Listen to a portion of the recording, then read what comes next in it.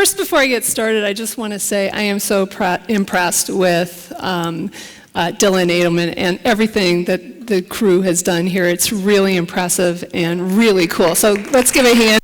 It's great. Only high schooler, I understand, to be allowed to do a TEDx. So thank you. This is so cool. And I'm thrilled to be the first speaker. I have kind of a depressing topic, a little bit, but I think you'll find that we're going to talk about the opposite of failure here and how we can just get the idea of failure out of our minds, especially working in new ideas and in the new ways we need to move forward with the change in technology in the world that we're living in. So first, I want to just say, why focus on failure? Failure is something that we learn from a very young age.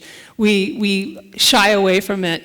But we also deal with it through our careers. And one of the things Azul 7 does, which is the company I founded, is that we are a human-centered design firm, and we do a lot of work with high-tech companies designing new products and services for the market. We also work with nonprofits, and we work with the government sector. And everyone knows we need to do things differently. It's really important. It's the only thing that we can do to address the changing landscape of our life, our culture, our planet. So when we're moving forward trying to do new things, failure becomes a really important idea that can get in the way.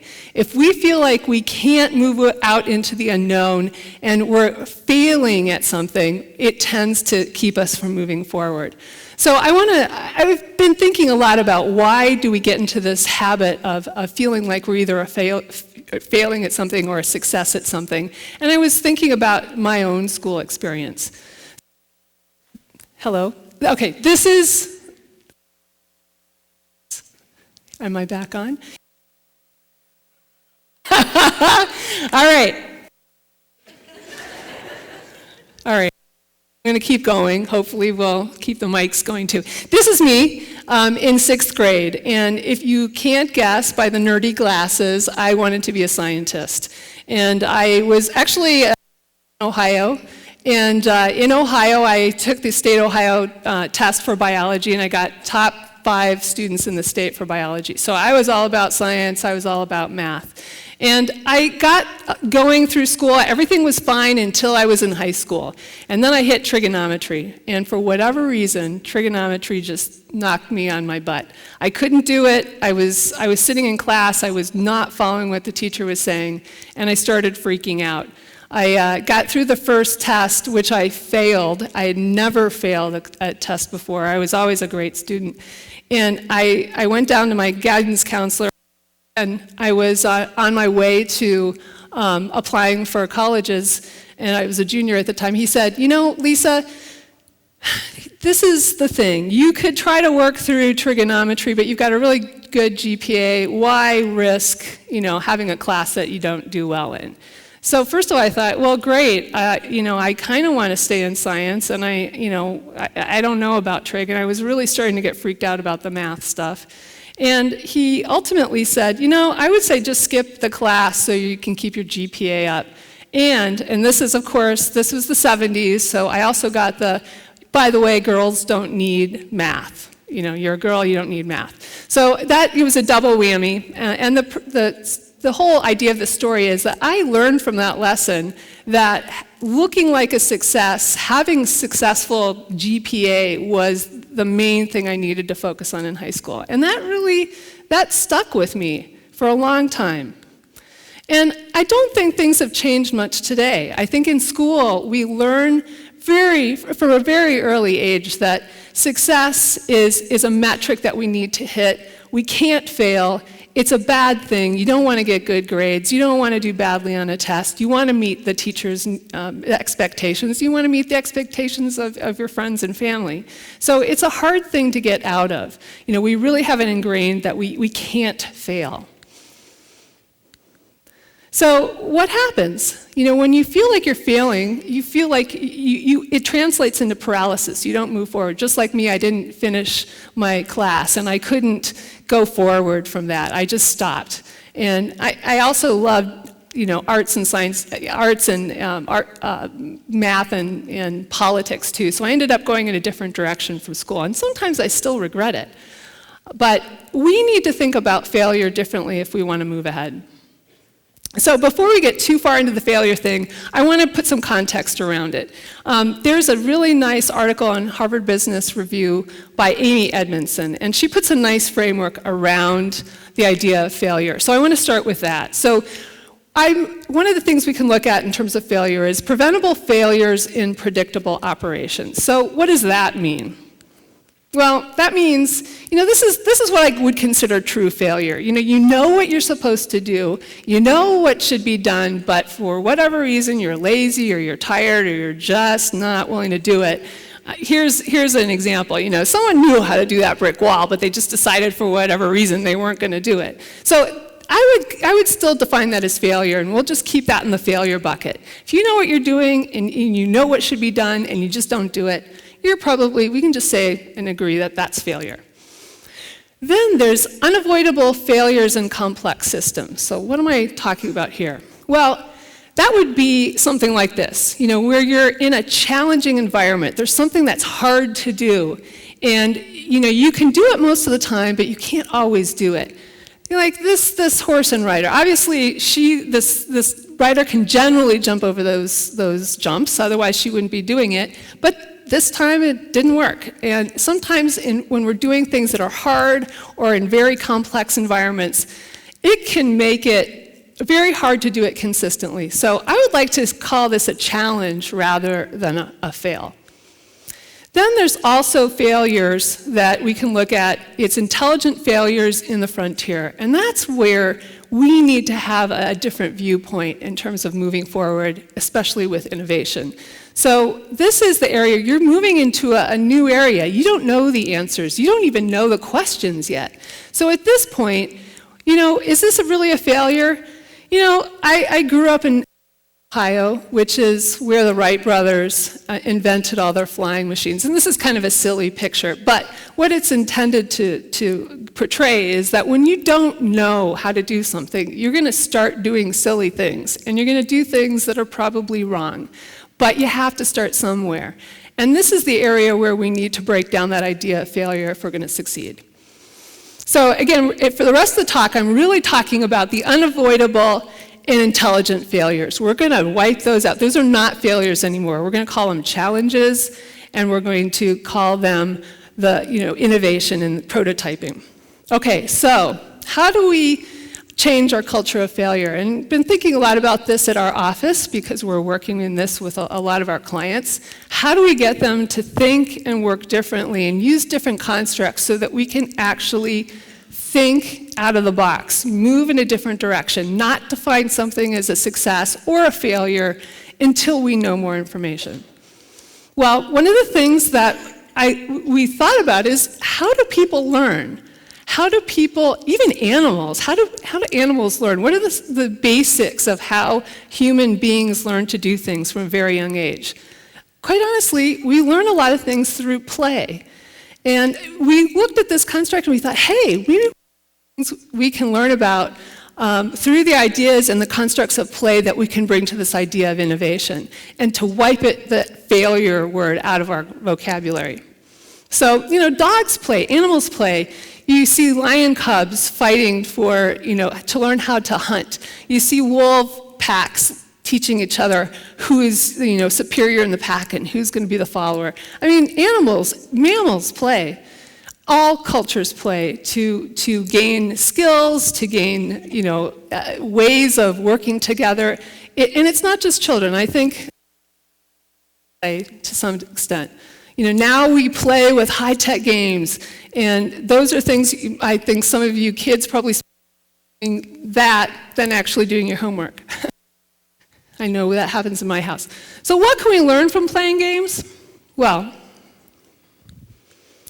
what's brilliant about games is that failure is built in. You don't think of it as failure, but when you're doing something over and over again, you're failing at it, and you're trying again. So if we can things in a game construct, we can really look at it as, failure is part of the deal. We don't even have to call it failure. Also, in games and designing games and looking at how games work, the idea of leveling up is built into many games. So what do I mean by leveling up? It's really designing into a system or a project an idea that we're going to go for a while until we learn enough, and then we're going to stop and reassess, and then we're going to either decide we've succeeded or failed, and then we're going to go on or we're going to stop. So this whole leveling up idea, if we can start building that into the way we think and the way we work, that it may help us design a way to work together and work through new ideas that are less stressful and reduce that risk. So another thing about games is that there's feedback and status along the way. And I think what works with this is that we've got an idea that we can put metrics around the work that we're doing. So if we can design a way to say, hey, you know what, we're going to do this 10 times, and if it doesn't work 10 times, then we're going to call it quits. Or we're going to decide that we're going to do it 10 times, and if we have the right information from that, we're going to decide to go in this path or this path. But it's learning to build those feedback systems, especially when you're working in areas where we don't really know what the outcomes are going to be. I think that's really helpful. Community collaboration is another important thing, and I love that about games. You can play games by yourself, but a lot of games really involve the community and working together on things. So community collaboration, it's really bringing in all the people that are involved in the work that you're doing to, again, reduce that risk of failure and to reduce the idea that there's miscommunication about what's going on. So it's all about reducing risk through the process, and I think that's important. Another wonderful thing is, and I'll keep talking until someone says not to, but we have this idea of discovery. We're on a quest. We're starting off in something new.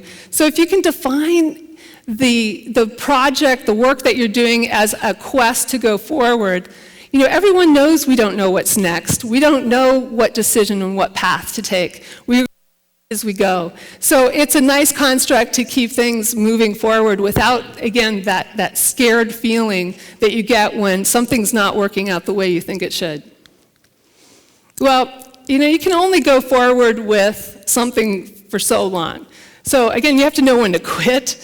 And games have a construct for us around that too, and that's the countdown. So after a while, you know, you can only do things, as I said, for so long without, you know, wasting resources and wasting time. So if we look at, you know, let's put a countdown in, let's put a clock running in, so it allows us to quit when we're at that point where we're not making progress. And then last but not least, it's fun and engagement. You know, if you're doing work, I don't care where you're working. If you're in school, if you're in environments of work or you know, volunteering or whatever you're doing, it should be fun and engaging. And if it's not fun and engaging, then you probably need to do something differently. So I would think that if we can just stick with the idea that everything that we do needs to have, it may not be easy, it may not really be fun sometimes, but at least it's engaging and you're getting something out of it. And if we can build that in, we're going to be in much better shape too. Okay, so what's it going to take to really change the environment around failure and success? Well, courage, of course, because anytime we make change anywhere, it's hard for people. People don't like change, right? And you're still going to have that visceral feeling, like if I'm working in something new and something different, and we're going out to the edge of what's known, you know, I could get blamed for that. I could be doing the wrong thing. But if we can think of ways to work together and have different outcomes, you know, that's going to make things and make innovation work better. And having courage is going to be what it takes, especially when you're an institution that's been around for a long time. So quickly, just one quick story about Azul 7. We started about 7 years ago. And when we started, we were a very different company. We started as a digital agency, and now we're doing design and innovation work. And it was really hard. We went through the downturn, and the economy I had a different business partner, and we got to a point where things weren't working very well. So I could have looked at it as a big failure.